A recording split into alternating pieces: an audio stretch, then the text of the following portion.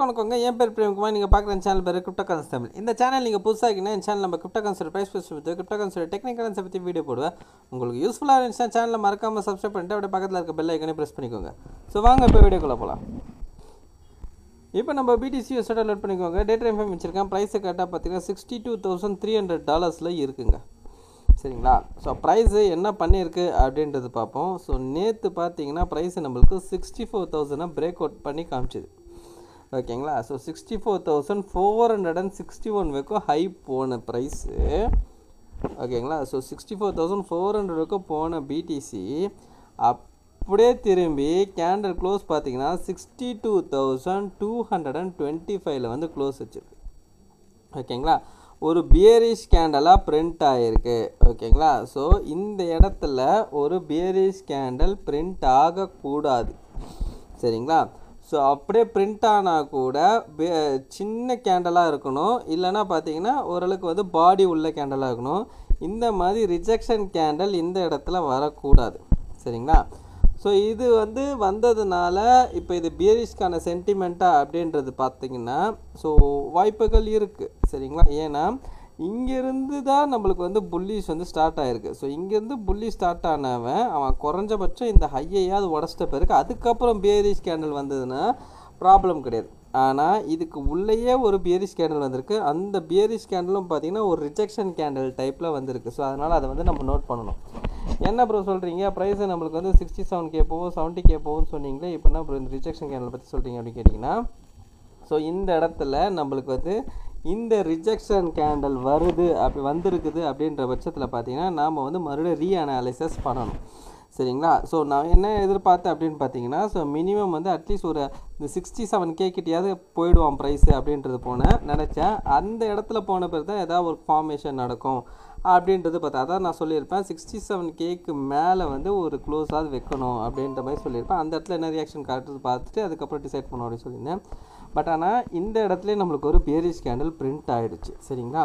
So இப்போ மறுபடியும் பார்த்தீங்கன்னா ரீஅனாலிசிஸ் பண்ணணும். சரிங்களா? ஸோ இப்போது அடுத்து இருக்க நம்மளுக்கு டிமாண்ட் ஏரியா எங்கே இருக்குது அப்படின்றது செக் பண்ணணும். ஸோ இந்த டிமாண்டு ஹோல்ட் ஆகணும். ஓகேங்களா? ஸோ இந்த டிமாண்ட் நான் சொல்கிறது பார்த்தீங்கன்னா 61,470லேருந்து 60,860 இந்த டிமாண்டை நோட் பண்ணிக்கோங்க. ஸோ இந்த டிமாண்ட் நம்மளுக்கு ஹோல்ட் ஆகுதுன்னா நம்மளுக்கு அகெயின் நம்மளுக்கு ப்ரைஸ் வந்து பவுன்ஸ் ஆகி மேலே போகும். ஓகேங்களா? இந்த டிமாண்ட் ஹோல்ட் ஆகிற வரைக்கும் ப்ரைஸ் பவுன்ஸ் ஆகி மேலே போகும். ஸோ அகெயின் நம்மளுக்கு இந்த 67 வேலிடு தான். Still now 67 valid. Still now நம்மளுக்கு புல்லிஷ் தான், இன்னும் பேரிஷ் மாறல.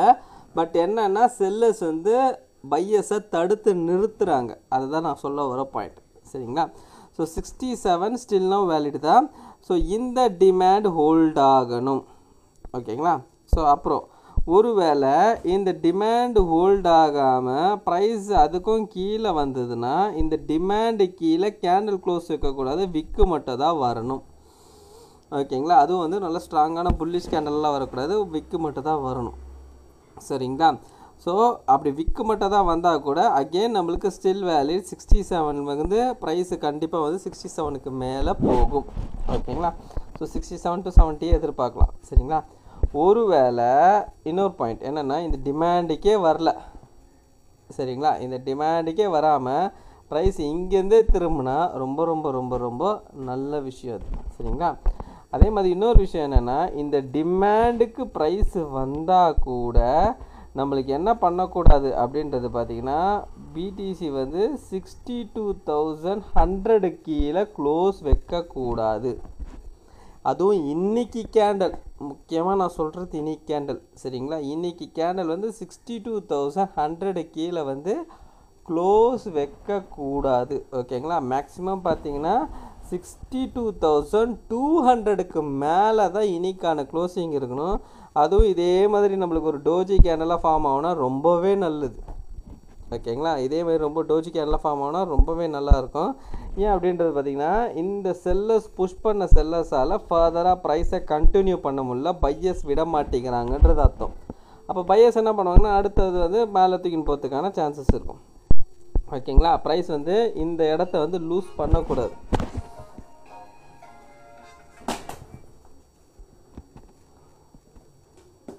ப்ரைஸ் வந்து இந்த இடத்த வந்து லூஸ் ஒரு நிமிஷங்க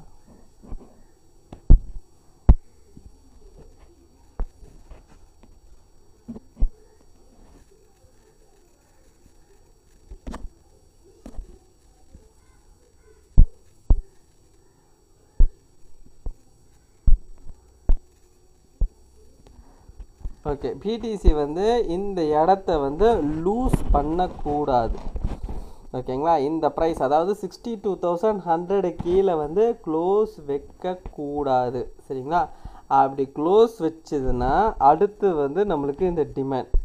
சரிங்களா, இந்த டிமாண்டு கீழே க்ளோஸ் வைக்கக்கூடாது. சரிங்களா, அப்படி இது ரெண்டுமே நடந்து ப்ரைஸ் நம்மளுக்கு 59,000க்கு கீழே க்ளோஸ் வச்சதுன்னா, ஓகேங்களா, 59,000க்கு கீழே க்ளோஸ் வச்சதுன்னா,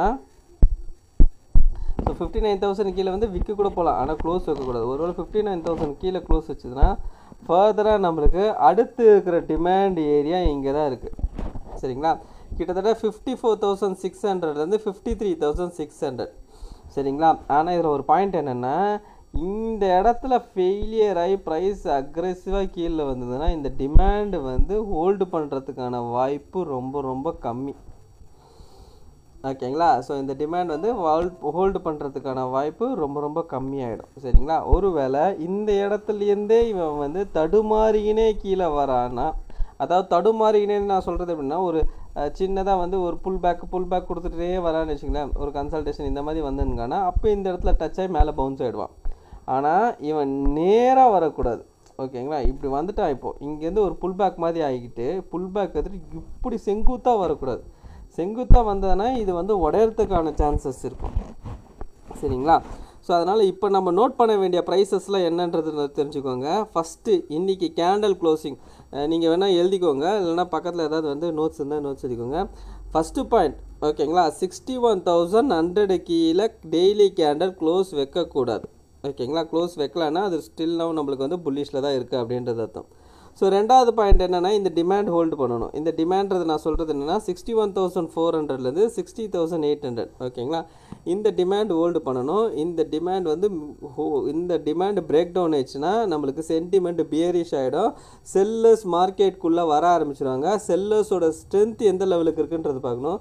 செல்லர்ஸ் ஸ்ட்ரென்த்தாக வராங்க அப்படின்ற பட்சத்தில் பார்த்தீங்கன்னா இந்த டிமாண்டும் உடைக்கப்படும். சரிங்களா, ரைட். ஸோ அடுத்தது என்ன அப்படின்றது பார்த்தீங்கன்னா, இந்த 59,000க்கு கீழே வந்து கேண்டல் ஹெவியான ஸ்ட்ராங்காக க்ளோஸ் வைக்கக்கூடாது.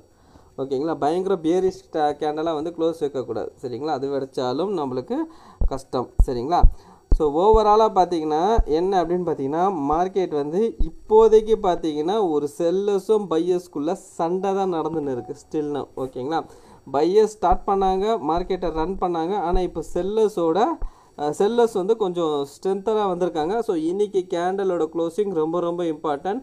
ஒவ்வொரு 4 ஹவர் கேண்டல் க்ளோசிங்கும் நான் வந்து என்னோடய டெலகிராமில் அப்டேட் பண்ணுறேன். ஸோ ஜாயின் பண்ணாதவங்க என் டெலகிராம் சேனலில் ஜாயின் பண்ணிக்கோங்க. லிங்க் நான் டிஸ்கிரிப்ஷனுக்கு கொடுத்துருக்கேன்.